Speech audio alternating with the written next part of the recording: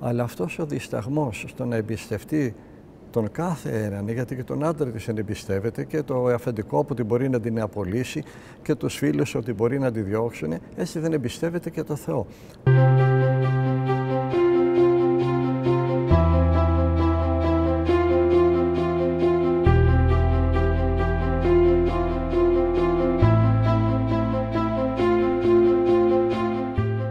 Έχω πολλές φοβίες. Φοβάμαι ότι θα με αφήσει ο άντρας μου. Φοβάμαι ότι θα χάσω τη δουλειά μου και διάφορα άλλα. Πώς να πάψω να φοβάμαι? Αυτή δεν θέλει πνευματικό εξομολόγο, αυτή θέλει ψυχολόγο. Να κάτσει ο ψυχολόγος να της βρει από πού ξεκίνησε αυτή η φοβία, γιατί αυτό είναι παιδική αρρώστια που έχει παραταθεί μέχρι σε αυτή την ηλικία.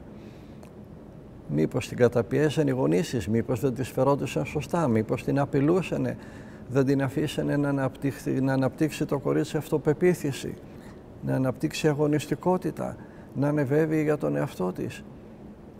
Αυτά θα τα πει και με τους δύο.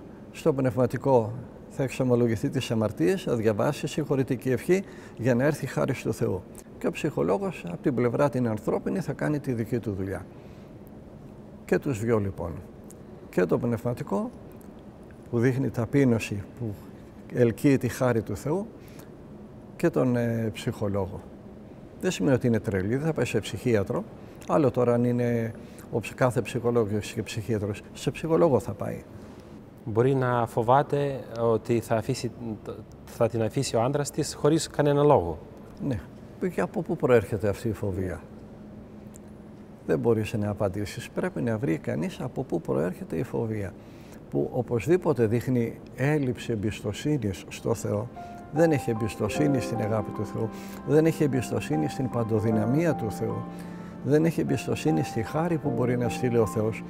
Αλλά αυτός ο δισταγμός στο να εμπιστευτεί τον κάθε έναν, γιατί και τον άντρα της εμπιστεύεται και το αφεντικό που την μπορεί να την απολύσει και τους φίλους ότι μπορεί να τη διώξουν, έτσι δεν εμπιστεύεται και το Θεό ότι μπορεί να τη βοηθήσει. Επομένως ξεκινά από κάποιο βασικό πρόβλημα που αυτό δεν μπορεί να το βρει ο πνευματικός, δεν μπορεί να της κάνει ψυχανάλυση. Αυτό θα το βρει ο ψυχολόγος.